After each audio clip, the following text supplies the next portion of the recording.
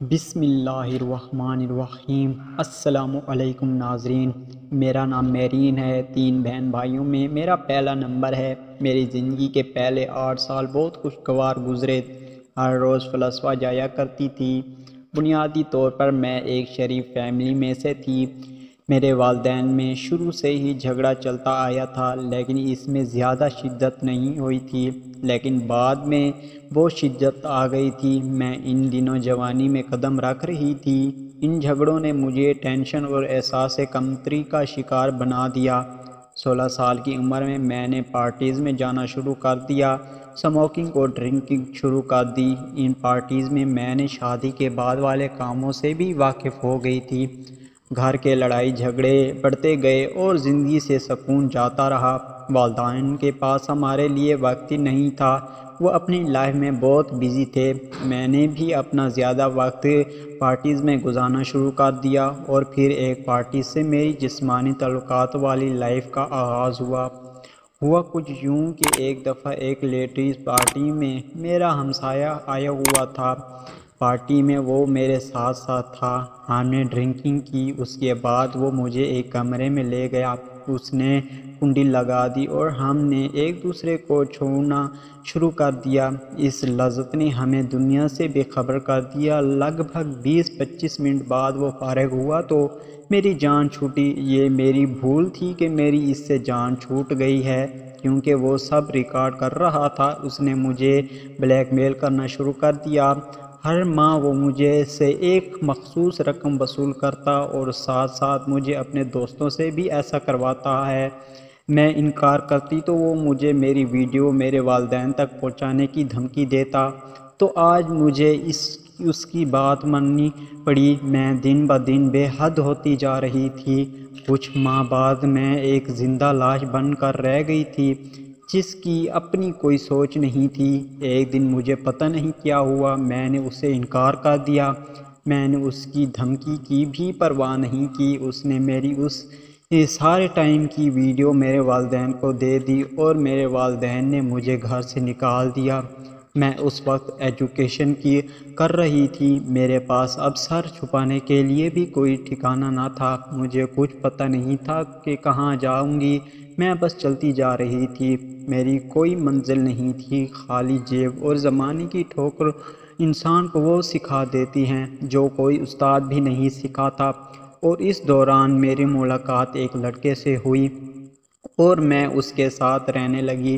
وہ مجھے ایک وقت کھانا دیتا اور کبھی وہ بھی نہ دیتا۔ مجھے بھوکا رہنا پڑتا۔ زندگی میں پہلی دفعہ مجھے پتہ چلا کہ بھوک کیا ہوتی ہے، جس کے لیے مرد ہر کام کرنے پر کیوں آمادہ ہو جاتے ہیں۔ ایک وقت کھانے کا موازنہ وہ مجھ سے رات میں بستر پر آنے کی صورت میں وصول کرتا۔ مجھے اس کے پاس رہتے ہوئے 1 ماہ ہو چکا تھا۔ ایک دن مجھے ایک آدمی ملا۔ اس نے کہا کہ وہ اس کی مدد کر سکتا ہے۔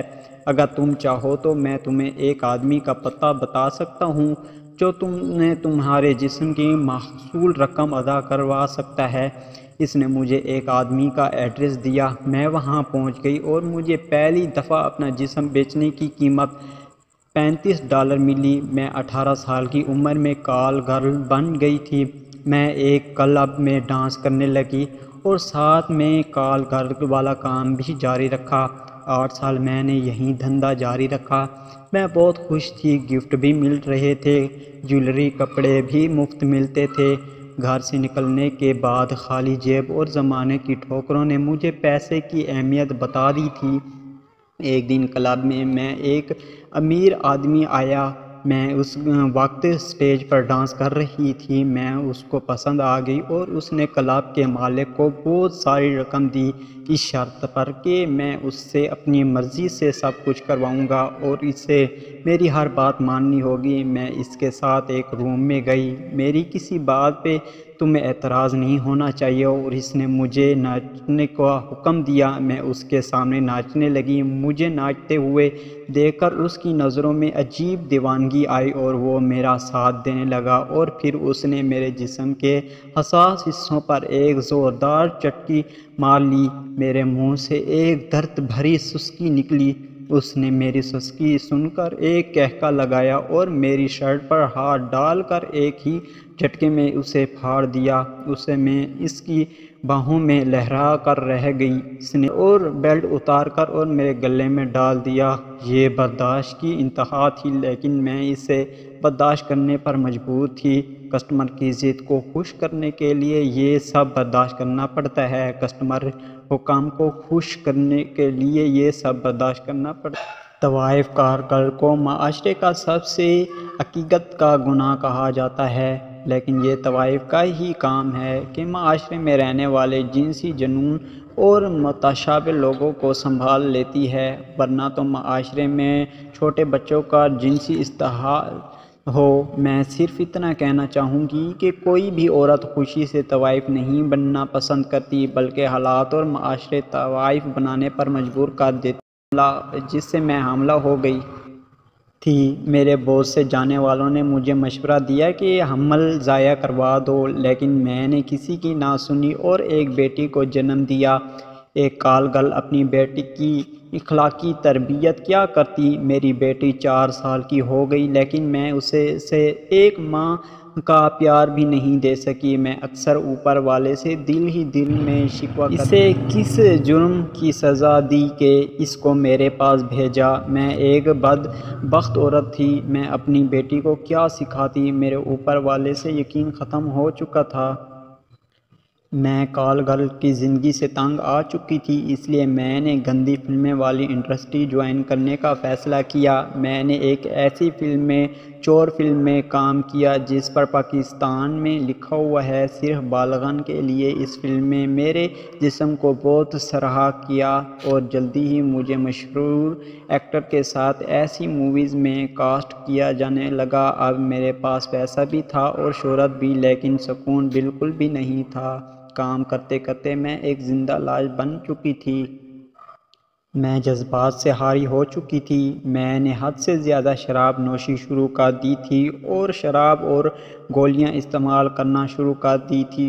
چونکہ بنیادی طور پر میں ایک شریف فیملی میں سے تھی، اس لیے بعض دفعہ جسم بیچتے ہوئے مجھے خود سے گھن آتی اور میں سوچتی کہ میں یہ کس دھندے میں پڑ گئی ہوں۔ اس سوچ نے مجھے ڈپریشن کا شکار کر دیا تھا۔ میں نے خود کو ایک زندہ لاش سمجھنا شروع کر دیا تھا۔ پھر ایک دن ڈپریشن میں آ کر میں نے بہت زیادہ شراب اور گولیاں کھا کر خودکشی کرنے کا فیصلہ کر لیا، لیکن اوپر والے کو بھی میری زندگی مقصود تھی۔ میں بچ گئی۔ موت نے مجھے بھی دھتکار دیا۔ میں نے دوبارہ سے یہی زندگی شروع کر دی۔ یہاں میں ایک بات بتاؤں گی کہ میں نے ان موویز میں جو بھی پرفارم کیا صرف پیسے کے لیے کیا۔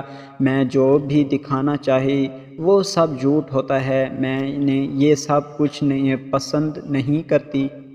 میں یہ سب پسند نہیں کرتی، لیکن پیسے کے لیے یہ کرنا پڑتا ہے۔ ہمیں نفرت ہوتی ہے بار بار بے عزت ہونے سے۔ کچھ ایکٹر کو اس کام سے اتنی نفرت ہوتی ہے کہ ریکارڈنگ کے دوران وہ بار بار واک کرتی رہتی ہیں، لیکن وہ ریکارڈنگ کرنے والے کے لیے مجبور ہو جاتی ہیں۔